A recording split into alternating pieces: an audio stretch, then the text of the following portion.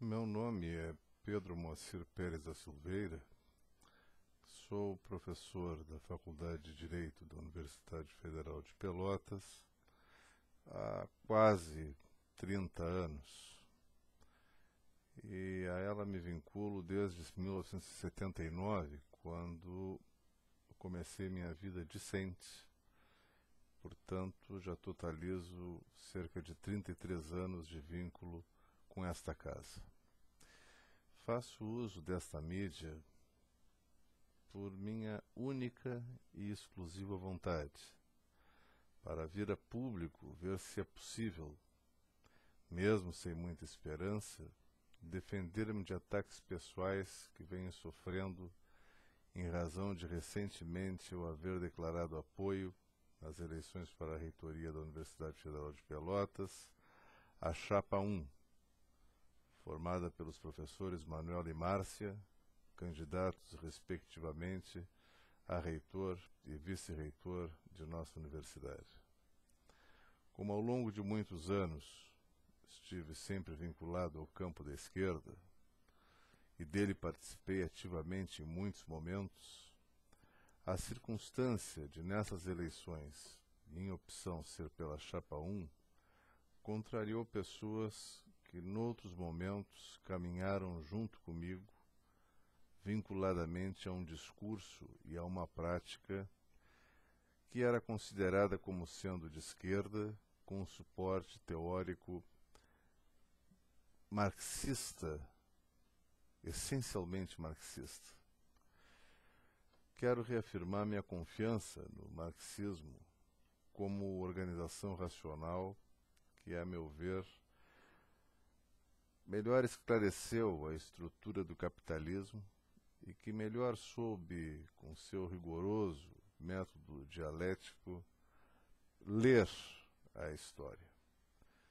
Quero também dizer do meu orgulho de haver partilhado essas ideias com outras pessoas na formação dos sonhos da minha juventude e no assentamento das minhas esperanças já como homem maduro. Nunca abandonei as minhas causas. Continuo interessado, e talvez como nunca, em um mundo melhor para viver, com mais igualdade, mais justiça e mais amor entre as pessoas. Continuo, se não por força de minha profissão de filósofo, mais ainda pelo prazer que possuo de estudar a filosofia política, ainda grandemente apegado às vozes distoantes daquela que parece ser a voz normativa desse mundo tecnológico, consumista e brutalmente individualista, e que é a voz do capital com donos cada vez mais dificilmente identificáveis.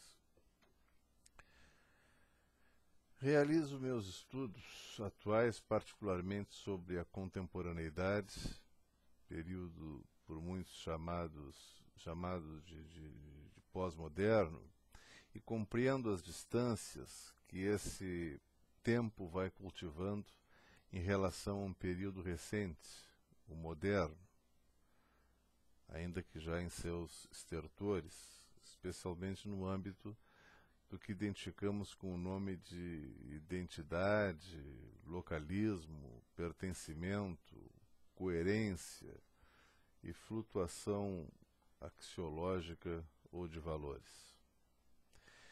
Este é um aspecto do que quero dizer e que corresponde à minha apresentação àqueles que porventura vejam esse vídeo, que, repito, trata-se de uma tentativa solitária de pôr em suspensão críticas muito duras que me vêm sendo feitas para que tiremos, uma vez que estamos em uma universidade, algum proveito pedagógico desses acontecimentos circunstanciais, mas que me afetam muito fortemente.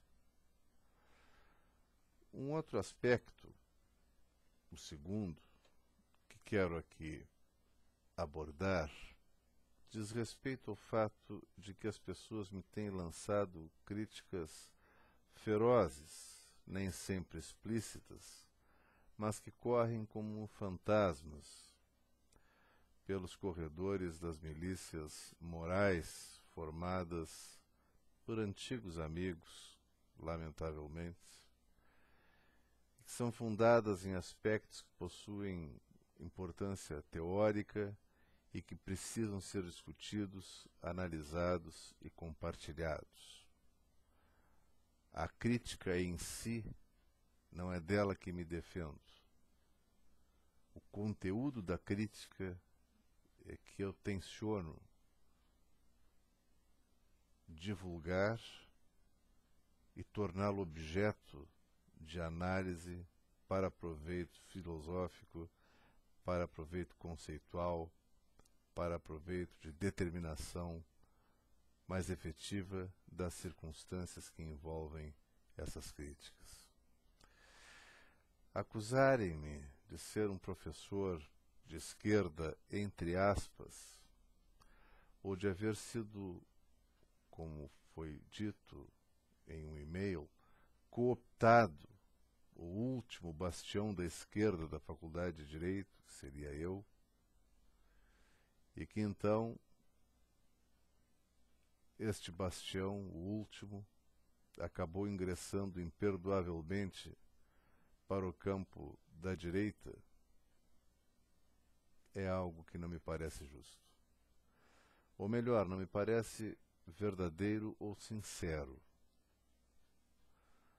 Acusaram-me em e-mails de afirmar que para mim a esquerda e a direita acabaram na pós-modernidade, lançando mão de uma espécie de moção de desagravo a esse período que tem sido, por muitos autores, chamado assim de pós-moderno.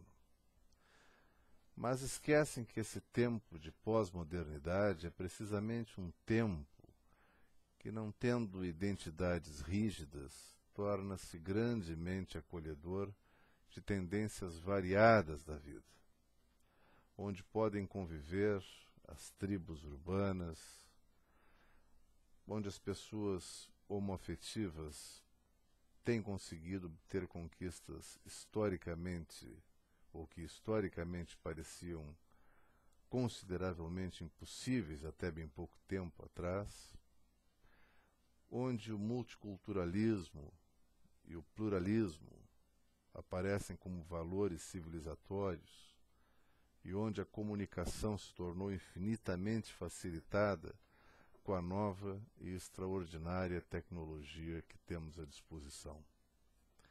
É claro que essa tecnologia pode ser utilizada para o bem ou para o mal. É claro que o capitalismo que a produz e a orienta não tem amor pelos seus consumidores e está, como sempre, interessado em seus lucros gigantescos. É certo que a computação e a internet, que com ela veio, isolaram mais as pessoas, umas em relação às outras, tornando-as mais concentradas em si mesmas e estimulando o individualismo de baixa emoção pelo coletivo. Disso sei eu, disso sabem muitos que agora me ouvem. Mas devo dizer que essa pós-modernidade não está sendo compreendida, e não quero aqui fazer suposições de oportunismos, por quem possui interesses mais imediatos em objetivos que, pela sua natureza, acabam lançando pessoas a um pragmatismo que estupidifica a leitura do real. É isto que penso que está ocorrendo com aquele que agora, nessas eleições, se auto-intitula como campo de uma verdadeira esquerda. Recebi uma mensagem que particularmente me impressionou por seu conteúdo. Nela aparece o ator Colin Farrell, que fez o Alexandre e outros filmes, em um momento em que este ator interpreta alguém que mescla em sua expressão facial um ar de confusão e decepção, desaparecendo da cena logo a seguir, cabisbaixo.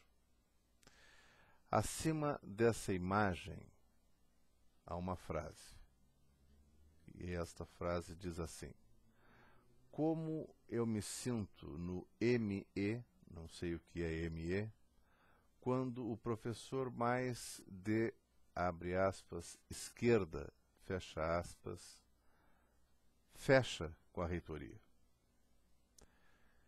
O e-mail mostrava no campo assunto a frase "a gente não perde a piada", e acima do link em que aparecia a imagem, a expressão irresistível. Esse e-mail não era uma piada. Semelhante às brincadeiras de dois vídeos que têm circulado na internet, um de parte da oposição, não sei qual chapa o produziu, e outro de parte da situação. Em um, o reitor é o Bruno Ganz, que faz o papel de Hitler no filme A Queda. No outro, a oposição é composta pelo grupo do Monty Python. São ambos os vídeos de fato engraçados, a despeito da utilização comparativa de Hitler em relação ao reitor,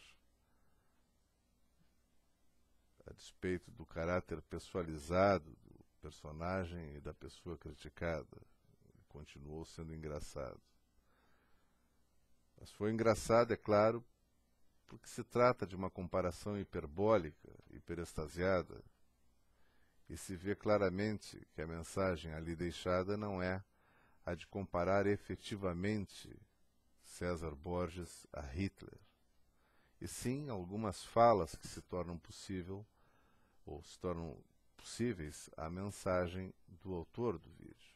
Afora esse aspecto, é um vídeo bem-humorado, como é o vídeo produzido por algum apoiador da Chapa 1.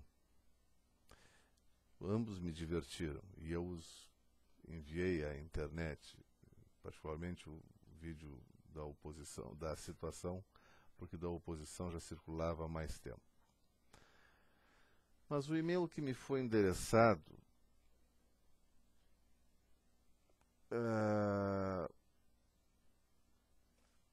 contudo, esse e-mail que me foi interessado é pessoalizado e sem hipérbole, sem hiperestasia, sem exagero. A figura da decepção é voltada a uma comparação direta comigo.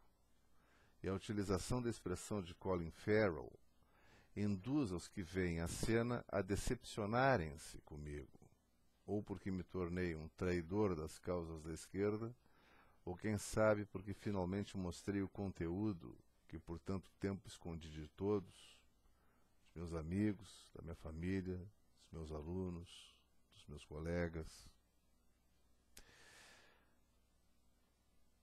A utilização dessa imagem tornou-me um Calabar, um Silvério dos Reis, um Judas Iscariotes.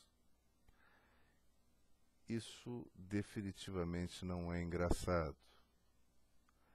É grosseiro, é desonesto e é brutal.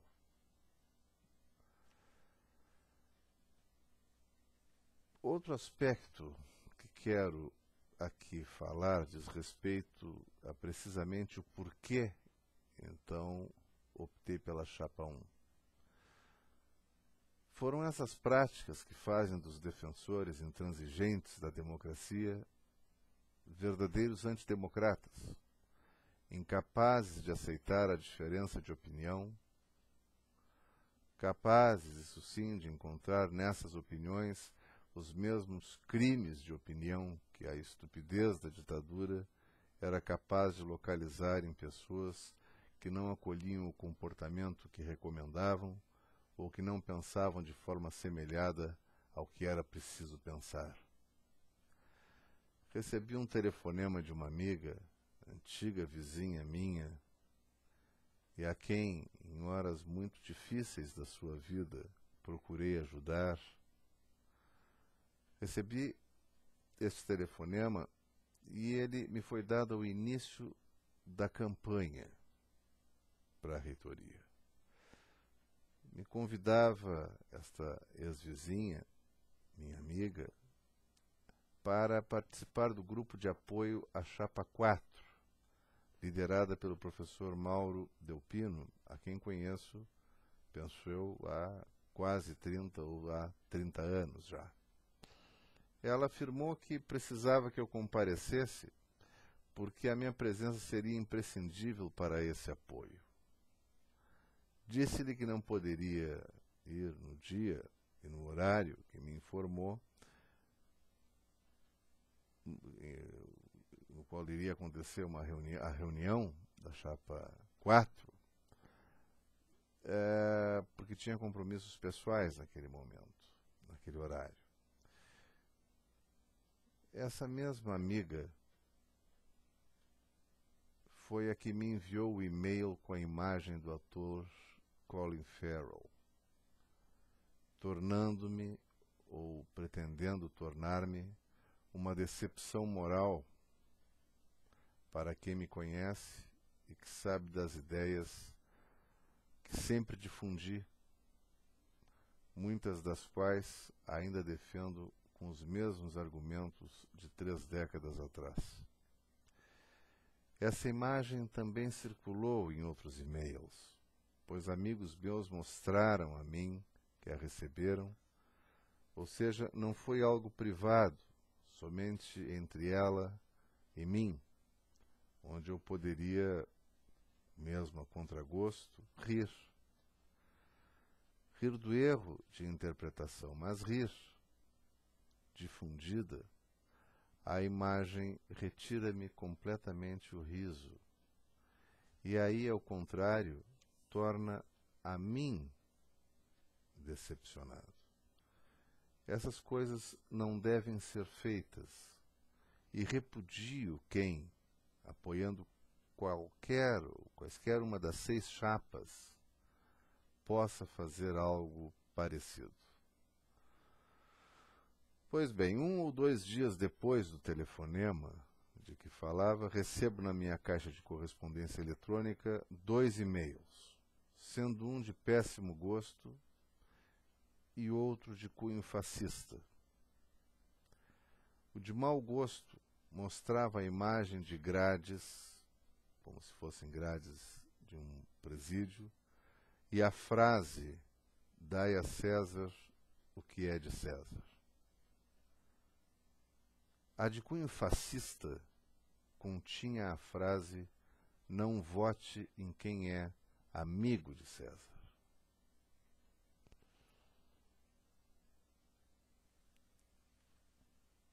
Diante disso, eu desisti imediatamente de apoiar a Chapa 4, pois vi claramente que os meios para alcançar a reitoria eram milicianos e perigosamente fascistas. E comecei a verificar que o policiamento moral que encantava alguns seguidores do meu amigo Mauro era algo que cumpria um papel antípoda em relação à democracia. E mais, quando vi alguns debates e a promessa de democracia ser a principal bandeira da Chapa 4, a qual pertence o professor Mauro, tive a impressão de que havia uma distância muito significativa entre discurso e prática. Hoje, em face dos e-mails que reputo policialescos que recebi, julgando-me e lançando-me ao campo da má-fé, não me parece que tenham amistosamente apenas tentado dizer que eu havia me equivocado em minha escolha. Face disso, hoje eu percebo que realmente não poderia votar em uma chapa que assim se manifestasse. Isso não é saudável. Isso não pode fazer parte da luta histórica por transformação. Isso não pode ocorrer em um ambiente educacional. onde principalmente se procura ensinar, e não a desdenhar, a escarnecer, a debochar, ou, o que é muito pior, a ser desonesto intelectualmente. Acusar-me hoje, depois de todas as lutas e de todas as greves, que muitas vezes sozinho, em minha unidade, muitas vezes fiz, é no mínimo uma falta de reconhecimento da minha participação na mesma luta que noutros tempos fazia sentido, mas que agora parece merecer outra compreensão. Lembro tanto dos tempos em que andávamos juntos, lembro do sentido que esta luta fazia, mas vejo hoje outras possibilidades de entendimento da realidade.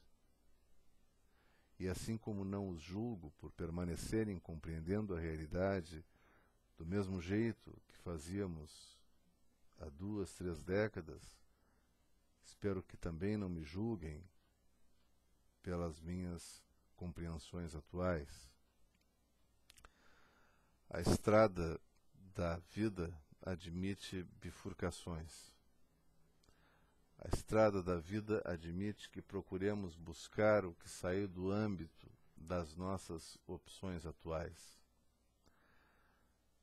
Mas a estrada da vida não gosta de caminhantes que rejeitem a liberdade de escolha, a não ser que essa estrada venha a ser trilhada, essa estrada da vida venha a ser trilhada somente por um grupo que, parecendo homogêneo ideologicamente, seja na verdade liderado por comandantes impiedosos que impinjam pensamentos monolíticos em nome de uma verdade que é coletivamente professada, mas que, uma vez se pretendendo conhecê-la melhor, não consiga ela própria explicar-se. Ou seja, ao invés da organização do discurso, há a altura do grito. Isso não mais me comove. Na verdade, nunca me comoveu. Sempre fui contra as vaias nas assembleias, sempre fui contra a interrupção do discurso do outro, por pior que me parecesse e por mais contrário que fosse ao que eu pensasse ou pensava. O direito do outro poder falar sempre esteve em primeiro lugar na minha preferência, pois nunca deixei de considerar uma atitude totalitária a imposição das preferências políticas ou meramente opinativas por meio de gritos ou vaias. Isso vale para o futebol, por exemplo, e lá é imensamente prazeroso. Mas futebol é futebol e ambiente universitário é ambiente universitário. Penso, agora na forma de um outro assunto, também que a demanda por coerência em tempos, como diria o Bauman, por demais líquidos, parece que pode conduzir ao que o Bourdieu chamou, em sábia nomenclatura, de violência simbólica. Sermos os mesmos não significa sermos iguais a nós sempre no tempo das nossas vidas. É claro que é um ótimo valor sermos morais, e disso não abro mão. Apesar das dificuldades oferecidas pelo mundo de hoje para a descoberta do que pode ser mais moral em termos de opção, forjada em um raciocínio que lhe dê motivos e a enseje. Repito, a coerência é um valor desde que se queira que a pessoa se identifique por seus princípios gerais. Mas na especificidade dos fatos da vida, e na multiplicidade interpretativa possível, que, para além do plano puramente moral, é possível a todos os seres humanos, exigir, forçar, demandar com veemência, constranger alguém a pensar e agir sempre da mesma forma, independentemente das mudanças do mundo, é engessar essa pessoa em face de uma falsa fratura. A fratura acaba sendo, assim, imaginária e opressiva. Vem de fora para dentro. É heterônoma e coercitiva. Impõe-se uma fratura a quem não se lesionou. Por isso, uma falsa fratura. Homens condenando homens, mulheres condenando mulheres, seres humanos condenando seres humanos em geral, porque hoje não pensam ou não agem como fariam em relação a coisas semelhantes há 20 anos. É possível andar no mundo com outro modelo de coerência. Sermos humanistas sempre, eis um tipo de coerência que, integrando o caráter, pode ser requerida, pode ser demandada, sem constituir uma violência. Mas sermos, por exemplo, de esquerda hoje, de acordo com os parâmetros interpretativos do mundo de que dispunha a esquerda há 20 anos atrás, pode conduzir, sim, a uma violência de tal forma que os demandantes, democratas, discursivamente, sejam tirânicos na praxis.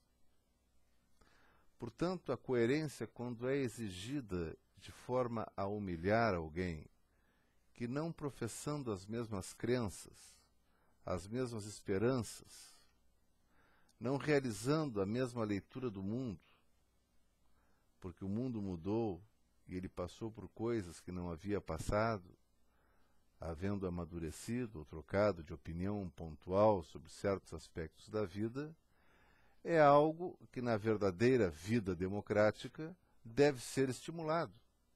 Se não o for, temo que os adeptos do marxismo façam-lhe má defesa, impedindo a dialética de se manifestar como forma de superação do pensamento. Muito embora isso seja um argumento mais hegeliano do que marxista, é também grandemente marxista, uma vez que a distância entre ambos pensadores não está tanto na noção de dialética, ao contrário, mas no elemento constituidor da dialética ou no elemento que é posto à evolução pela dialética. Para um é ideia, para outro é matéria, mas essa é uma questão que obviamente não cabe aqui, senão apenas mencionar. As candidaturas do professor Manuel e da professora Márcia pareceram-me, a seu turno, um encontro possível entre duas orientações políticas. A professora Márcia, que conheço desde os tempos em que com ela e com o professor Carapeto, seu esposo, participávamos de assembleias docentes e de movimentos políticos vinculados à pauta da esquerda, até mesmo porque, em um sentido muito significativo, em nosso meio, a esquerda costumava ser assim considerada muito menos em função de sua orientação teórica propriamente dita e muito mais por ir contra certo estado de ordem. A circunstância de nos mostrarmos como uma alternativa à forma como o Estado lidava com a educação e o ingresso nas perspectivas políticas do PT nos velhos tempos tornavam, talvez acima de tudo, a nós todos esquerdistas. Mas não éramos, nesse período, propriamente esquerdistas ideológicos em sentido estrito, como, aliás, poucos setores do próprio PT pareciam ser. Esquerdista ideológico, propriamente dito, eu o fui quando filiado ao Partido Comunista Brasileiro, dedicando-me a estudar desde a base o fundamento do marxismo dialético e do materialismo histórico, do materialismo dialético e do materialismo histórico. Nesses tempos, ainda ao início dos anos 80, quando o PT não significava muito para além do Estado de São Paulo, passei a ler e a fichar os livros vinculados ao marxismo-leninismo, especialmente o materialismo e empírio-criticismo do Lenin, Princípios da Filosofia Vladimir Afanasiev e os livros da Marta Harnecker, uma socióloga chilena que foi uma grande formadora de opinião e doutrinadora da esquerda latino-americana entre os anos 70 e 80 e que hoje ainda está em atividade. Há pouco tempo escreveu Um Mundo Possível, se não me engano, este é o nome do livro. De sorte que sobre o que pode ser a esquerda de origem marxista, eu julgo ter informações suficientes, mesmo porque lecionei a filosofia do direito consoante ensinamentos vinculados a autores soviéticos por muito tempo, como Stuka, Pachucanes, Vyshinsky, Alexandrov e outros. Pois bem, quanto ao professor Manuel, conheço menos em termos pessoais do que a professora Márcia, tenho a dizer que me pareceu que a união de ambos poderia representar, na verdade, uma união feliz entre duas pessoas de bem e que, diante da agonia dos resquícios de uma esquerda que não consegue mais ser a si própria, não consegue mais ser ela mesma, poderiam render melhores frutos na condução da universidade. O professor Manuel, pelo fato de haver acompanhado em grande parte o crescimento da UFPEL através da adesão que esta fez ao Reúne essa extraordinária proposta do governo federal que permitiu uma difusão do saber mais sustentada e mais diversificada, com a criação de condições para uma expansão das três atividades centrais das universidades, o ensino, a pesquisa e a extensão. Este Reúne que proporcionou isso de uma maneira como jamais vimos. Jamais assistimos à UFPEL ou às universidades brasileiras em geral que aderiram a este sistema se desenvolver tanto e tão proficuamente como após o Reúne. A professora Márcia, a ela resolvi emprestar meu voto, e falo da chapa pela qual optei, porque tive informações de amigos meus, além da circunstância de conhecê-la, tive informações de amigos meus da Faculdade de Odontologia, na qual ela é diretora reeleita, de que realizou uma excelente administração e que tinha interesse em preservar o que já foi alcançado e prosseguir a missão de assentamento de todos os fragmentos que, ainda dispersos, constituem as situações difíceis que agora são alvo da crítica generalizada por parte de praticamente todas as chapas de oposição. A convicção que formei de que ambos poderiam produzir um tipo de pensamento que se orientaria sem parentesco ideológico, muito nítido pelo menos, mas com vontades assemelhadas, Manuel e Márcia, Márcia e Manuel, me fizeram crer que apostar na candidatura de ambos seria um voto adequado. Não vejo, e isso até me diverte um pouco, não fosse o erro teórico que contém, a candidatura da Chapa 1 como uma candidatura de direita, como ouço, vez por outra, dizerem. Para que isto se caracterize, será preciso que demonstrem, então, que Manuel e Márcia são a favor, por exemplo, do Estado mínimo, do livre mercado, ou do mercado quase sem freios legais, das privatizações de instituições públicas. Será preciso que demonstrem rejeição por minorias sociais, que sejam expressamente contra as cotas raciais por motivos étnicos e não por uma ideia de direito à igualdade de tratamento da pobreza, com ações afirmativas que atinjam o máximo possível as pessoas desvalidas. Será preciso que sejam, por exemplo, contra o mundo árabe ou que queiram a pena de morte. Fora isso, fora situações extremadas assim, que hoje parece ser o que possa caracterizar neste mundo flutuante e diversificado, o que ainda se possa, com alguma firmeza, afirmar que é direita, né? Fora isso, as promessas de democracia são de todos e a nenhum distinguem. Fora isso, as declarações de amor pela nossa Universidade Federal de Pelotas são de todos e a nenhum distingue. Fora isso, querer bem, a princípio, todas as pessoas que trabalham ou estudam na UFPEL são de todos e a nenhum distingue. Questões pontuais também não distinguem nenhum candidato do outro de uma maneira muito intensa. Cada um está naturalmente melhor informado sobre as suas áreas específicas de atuação e, evidentemente, nesses locais identificam os defeitos dos outros ou os méritos seus. Mas dificilmente os defeitos seus e os méritos dos outros. Assim que, por certo, essa não é uma questão ideológica.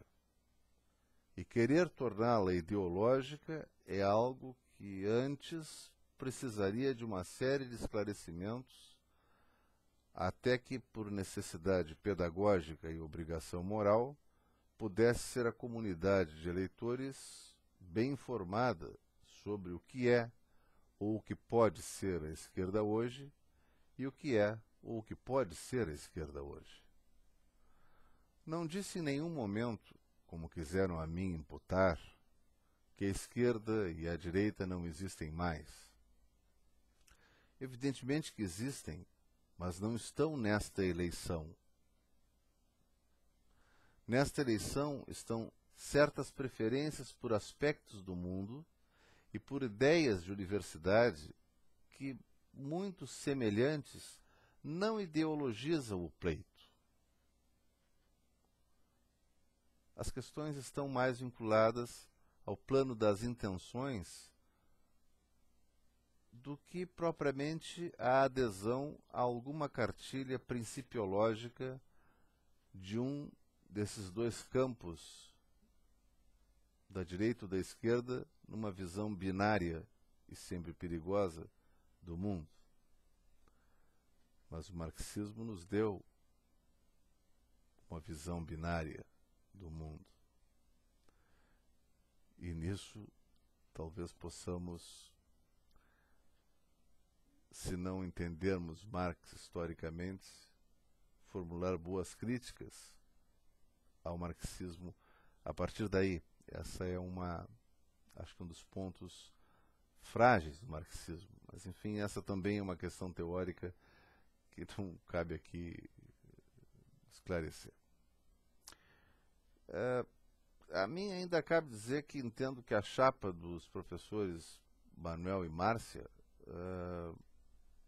mesmo que não possa fugir da qualificação de ser uma chapa de situação, uma vez que é apoiada pelo atual reitor e possui também o atual vice-reitor como candidato principal, isso implica na evidência de continuação de todas as práticas que foram levadas a efeito nos últimos anos.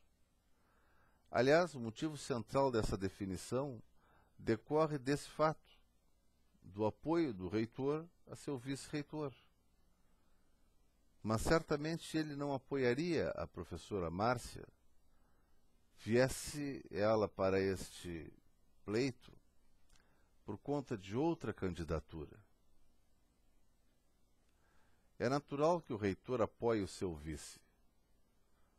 Qualquer um dos outros candidatos, uma vez eleito e não podendo mais reeleger-se, salvo problemas acontecidos no âmbito da imprevisibilidade das relações humanas, apoiará o seu vice, caso esse pretenda dar continuidade ao que, sob a batuta do ordenador principal, foi feito ou estiver sendo feito. Minha aposta, sim, é na continuidade das oportunidades do Reúne e no segmento seguro da expansão da UFPEL. Esse é o motivo central do meu voto. Aliás, o próprio nome da chapa a que tenho me reportado aqui, que me tem feito as críticas mais duras, chapa 4, se chama Reconstrução. Eu não gostaria que o que existe fosse desconstruído para então construir-se algo novo.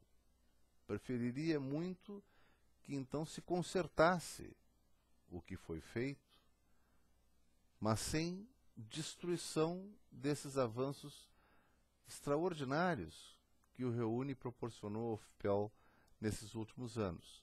Claro que isso é uma questão semântica, falar que a reconstrução implica na destruição para depois a construção novamente. Mas o nome já é um tanto, o signo é um tanto exemplificativo de uma percepção geral da missão central da chapa. Ainda que possa, obviamente, se forçar a barra a partir desse argumento, que aqui não deve ser tido tão seriamente, ou não deve ser levado tão a sério, mas que também não deve ser desconsiderado por completo. Não recuso nenhum candidato de nenhuma chapa pelo que são ou parecem ser. Mesmo porque não conheço pessoalmente a maioria e também porque não conheço as suas realizações na universidade. Quanto ao candidato Mauro, ratifico minha amizade e meu respeito por ele, que inclusive fez a cortesia de me responder a um longo e-mail que lhe enviei logo ao início da sua campanha e com cujo conteúdo eu concordei. Meu não ingresso no bloco que o assiste deve-se precisamente ao tipo de organização estrutural de ideias que não estão marchando compassadamente com o que pode ser, com o que se pode realmente identificar por esquerda, motivo pelo qual fundamentalmente constitui na promessa de democracia a sua grande bandeira. A direita, esteja onde estiver hoje, também promete democracia. Isso me pareceu, portanto, pouco, e mais do que pouco, igual a todos os outros, pois evidentemente ninguém se opôs a este instituto central da modernidade, e que talvez já mereça alguma demonização, mas não para desqualificá-la, a democracia, e sim para aprimorá-la. A democracia da modernidade, a meu ver, isso mereceria uma longa análise teórica, que não cabe, claro, aqui fazer, é um modelo de pouca serventia ou de serventia que pode ser melhorada na pós-modernidade, ou nesse tempo de hoje que tem merecido esse apelido. Por último, o reitor César Borges. Não analiso as suas práticas administrativas em minúcias porque não as conheço o suficiente, como não posso analisar as práticas administrativas de nenhum dos candidatos em minúcias. Não as conheço. Vejo apenas como o reitor que fez por sua vontade e pelo auxílio inegável do Reúne, mas para o que não deve ter faltado capacidade de diálogo com o Ministério da Educação, a nossa universidade desenvolver-se assim tão estupendamente. É evidente que há falhas, que há problemas, que o reitor possui junto a si muitas polêmicas.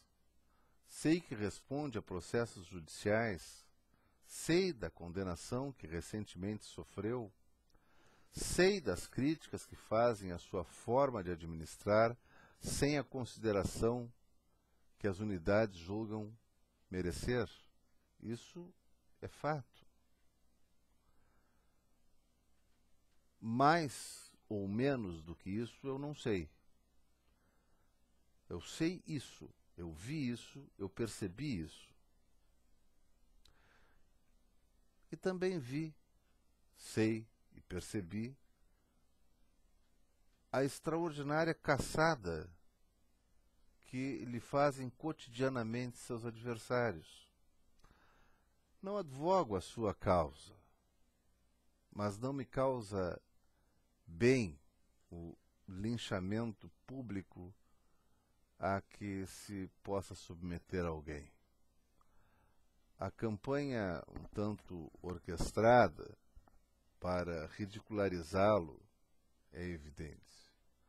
O que se nota na divulgação das redes sociais, nos e-mails socializados e principalmente nas notícias veiculadas por uma mídia eletrônica que permite comentários anônimos e que, portanto, só por isso não pode ser séria.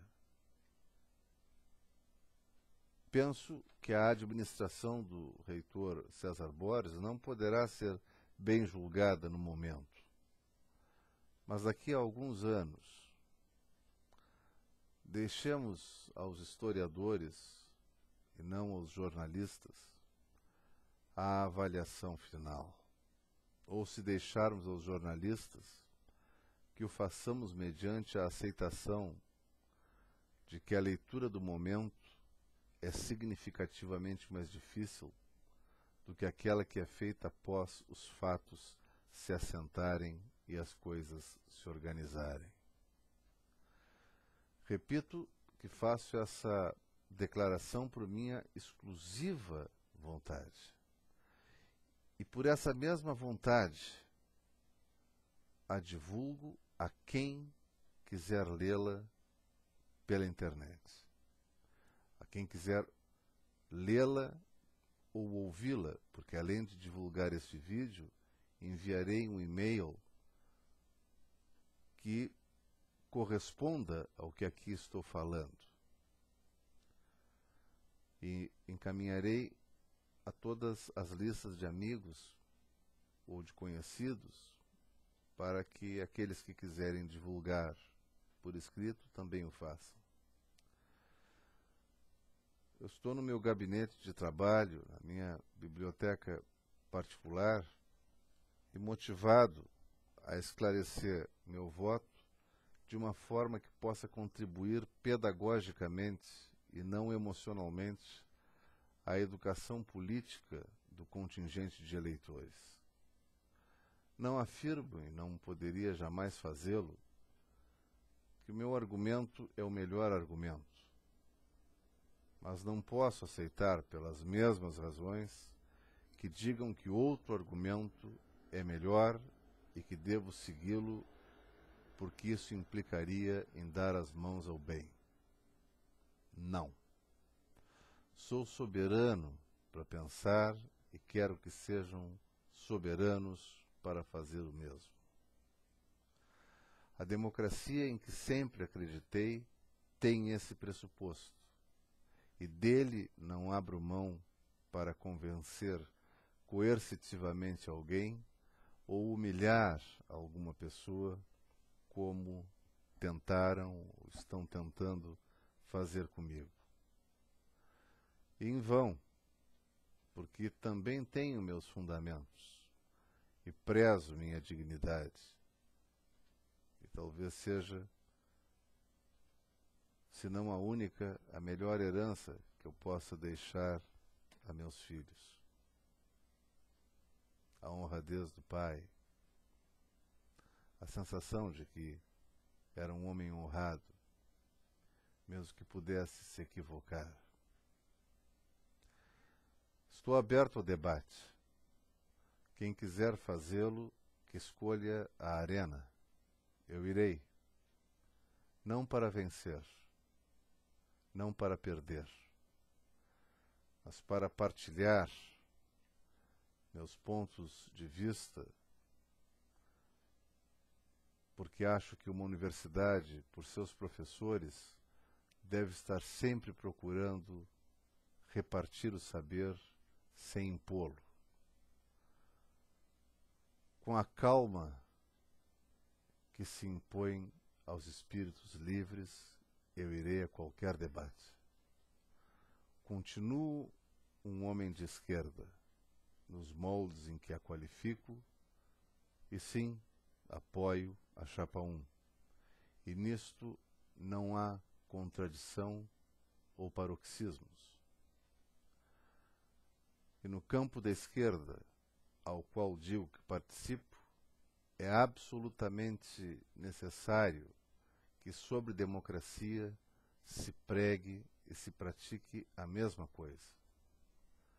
Uma última observação. Amigos são amigos sempre, salvo casos muito graves de relacionamento pessoal. Eventuais opções políticas não podem separar os verdadeiros amigos, a não ser que não sejam amigos verdadeiros, ou que tenham tanto a dizer, como Sartre e Camus, por exemplo, que não consigam mais se entender em um universo permanentemente profundo de ideias. Mas nós não somos gênios. Nós não somos geniais como Sartre e como Camus. Nem eu, nem vocês, a quem me dirijo. Não somos Sartre e Camus. Somos pessoas comuns. A imensa maioria vinda da classe média. A imensa maioria pequeno-burguesa. Não me tratem como se eu fosse um aristocrata pedante e traidor, porque eu jamais os tratarei por proletários. Resta-me ainda um pouco de juízo. Um abraço a todos e avante com a UFPEL.